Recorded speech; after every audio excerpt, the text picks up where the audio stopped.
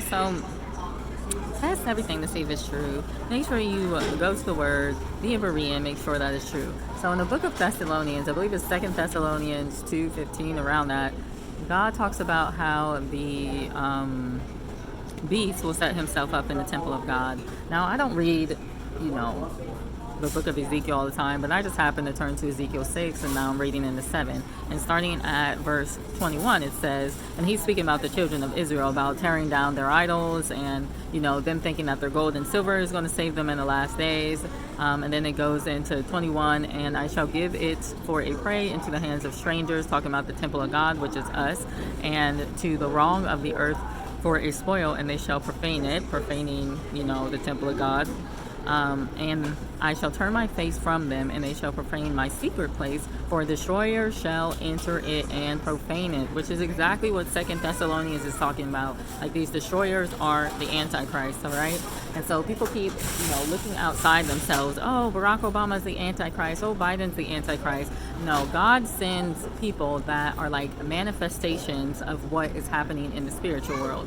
And so, it's happened to me where maybe I was thinking something or doing something I wasn't supposed to be doing. And so, another nation came in and they were like my mirror. Like, they were acting in the way that I shouldn't have been acting like.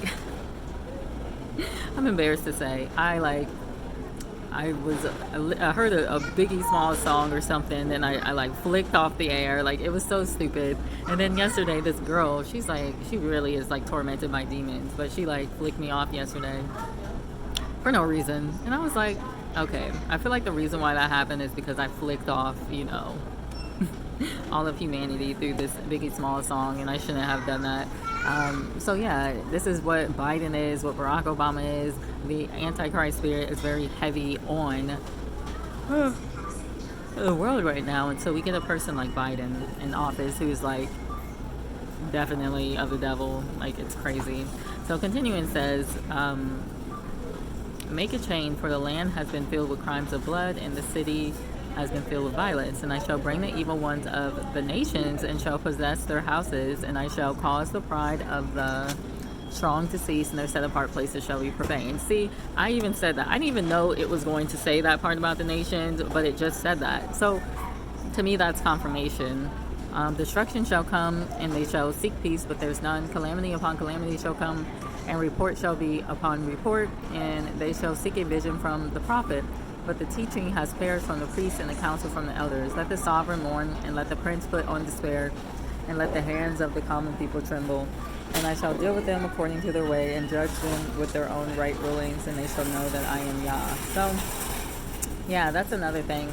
We can have the word of the Most High in us, and we can understand his right rulings, and we can judge other people by those kinds of things, but he's going to judge us by those same right rulings that we know. So if we fall out of the right rulings that we know, then he's going to basically use that against us, because really it's something that we should be following in the first place. So I don't know, for example, when Jesus was like, do not judge lest thee be judged, because with the same judgment you judge others, you will be judged as well.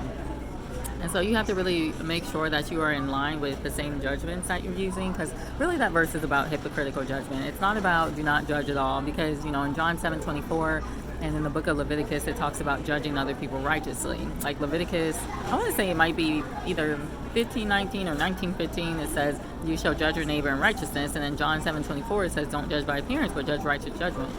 And so that righteous judgment, is definitely something you should be following yourself. That was the problem with the Pharisees. They were judging other people, and they were doing the same things as what they were judging other people by. So you have to be very careful. It doesn't mean don't judge at all, but when you're in a place of sin and you feel like you can't adhere to the word of God, it's much, much better to operate out of mercy and teaching towards other people, rather than to be judging them, talking about, oh my God, girl, you're half naked, and you're over here wearing, a mini skirt and a tube top. Don't do it. Just put on some clothes and tell the girl that she needs to put on some clothes too. So anyway, you guys be blessed and have a good one. Bye.